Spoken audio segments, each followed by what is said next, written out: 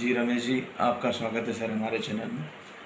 Sir सबसे पहले sir हमें ये बताइए सर, आपके हॉस्पिटल में कौन कौन सी जांच की फैसिलिटीज़ हैं सर?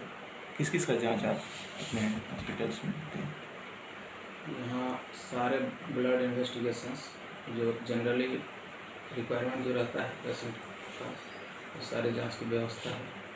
आईसीयू है, एनआईसीयू है, सारी व्यवस्था है।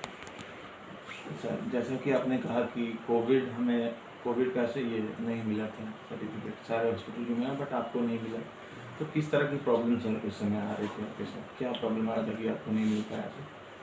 जैसा कि आप लोग जानते हैं कि बिहार एक बहुत ही मेजर पॉपुलेशन वाला राज्य है। 14 करोड़ लगभग जनसंख्या है यहाँ की, और बहुत सारे कोविड पेशेंट्स आ रहे थे। बट हम लोगों को जिला प्रशासन के अनुसार चलना है, हॉस्पिटल का संचालन करना है।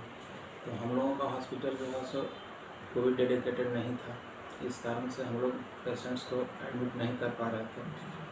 इस विषय में मैं यही कहना चाहूँगा कि जिला प्रशासन को चाहिए कि सभी हॉस्पिटल्स का निरीक्षण करें और वहाँ की व्यवस्था को देखते हुए ज़्यादा से ज़्यादा संख्या में कोविड डेडिकेटेड हॉस्पिटल तैयार करें। जिस तरह हम लोगों ने सेकेंड वेव में देखा कि बहुत सारी असुविधाओं का सामना करना पड़ा, उस हिसाब से अब तो जो हो चुका सो हो चुका। अब थर्ड वेव की आशंका को देखते हुए यही कहा जाएगा कि जिला प्रशासन अभी से इसकी तैयारी शुरू कर दे।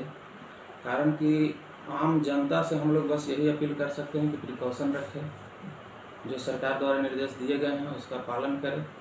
लेकिन अगर उस स्थिति में, अगर उसके बाद भी प्रिकॉशंस के बाद भी अगर थर्ड वेव आ जाती है तो इसके बाद जिला प्रशासन की जिम्मेदारी बढ़ जाती है।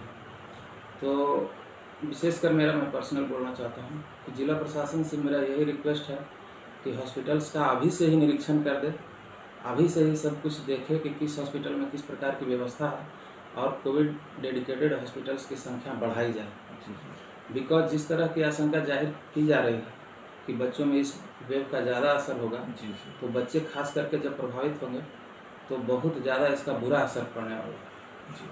जब बात सर बच्चों पे आई है तो एक सवाल हमारा कि जैसा कि आप जान रहे हैं कि बच्चों का सही में स्कूल खुला है, लोगों को वैक्सीन, बच्चे का वैक्सीन अभी आया नहीं है सर, किसी को वैक्सीन पड़ा नहीं, तो कहाँ तक आपको लगता है कि स्कूल्स वगैरह खुलना सही है कि नहीं? स्कूल्स वगैरह 2-2 साल से स्कूल्स बंद हैं जी, और ये कोई कंफर्मेशन इसका है नहीं कि फलाने तारीख को ये थर्ड वेव आ रही है। तो बच्चों के भविष्य को भी देखना है और बच्चे के स्वास्थ्य को भी देखना है। दोनों बातों में सामंजस्य बिठाना है। इस तरह से स्वास्थ्य विभाग का अपना काम है, शिक्षा विभाग का अपना काम है।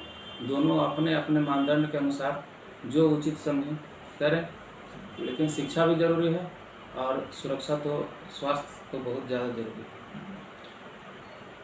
तो आपके हॉस्पिटल में सर नॉर्मली वैक्सीन का भी व्यवस्था था आपकी?